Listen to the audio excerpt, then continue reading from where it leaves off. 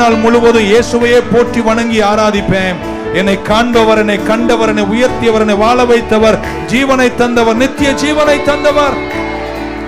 இன்னிலிருந்து 50 வருஷத்துல உங்களுக்கு இருக்கிற எதுவுமே உங்களுக்கு உதவாதுங்க. உங்களுக்கு உதவ போற ஒன்னே ஒண்ணு, கர்த்தர் தந்த நித்திய ஜீவன் மட்டும்தாங்க.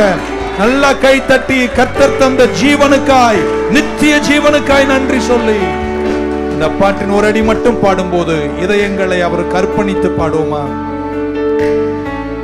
பலிபீடத்தில் என்னை அரணே படைக்கின்றேனே இந்த வேளை, அடியேனை திரு சித்தம் போல தீடுவே, அடியேனை திரு சித்தம் போல ஆண்டு நடத்திடுவீர். கரங்களை உயர்த்தி ஒரு குரலாய், கல்வாரியின் அன்பினையே கண்டு விரைந்தோடி வந்தேன், அன்பினையே கண்டு விரைந்தோடி வந்தேன், என்னை கழுவும் உன் திரு ரத்தத்தாலே கரை நீங்க இருதயத்தை, என்னை கழுவும் உன் திரு ரத்தத்தாலே கரை நீங்க இருதயத்தை. கடைசியா 2 கரங்களை உயர்த்தி ஆஹா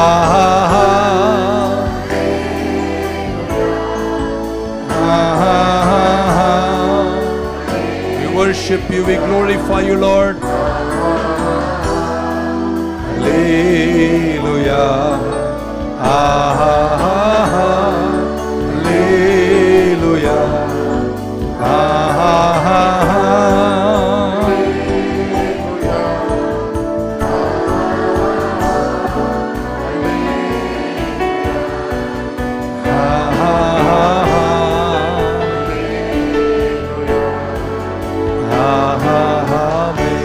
கரங்களை உயர்த்தும் போது இந்த வசனத்தை சொல்லி நான் முடிக்கிறேன்.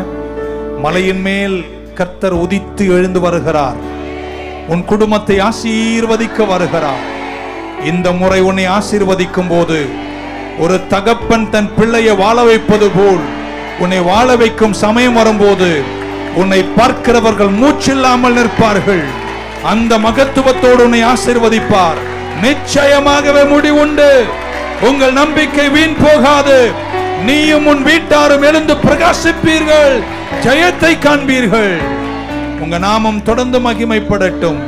துன்பங்கள், தொல்லைகள், கஷ்டங்கள், பலவீனங்கள் இயேசுவின் நாமத்தில் அகன்று போவதாக. அது சீக்கிரத்தில் நீங்கட்டும்.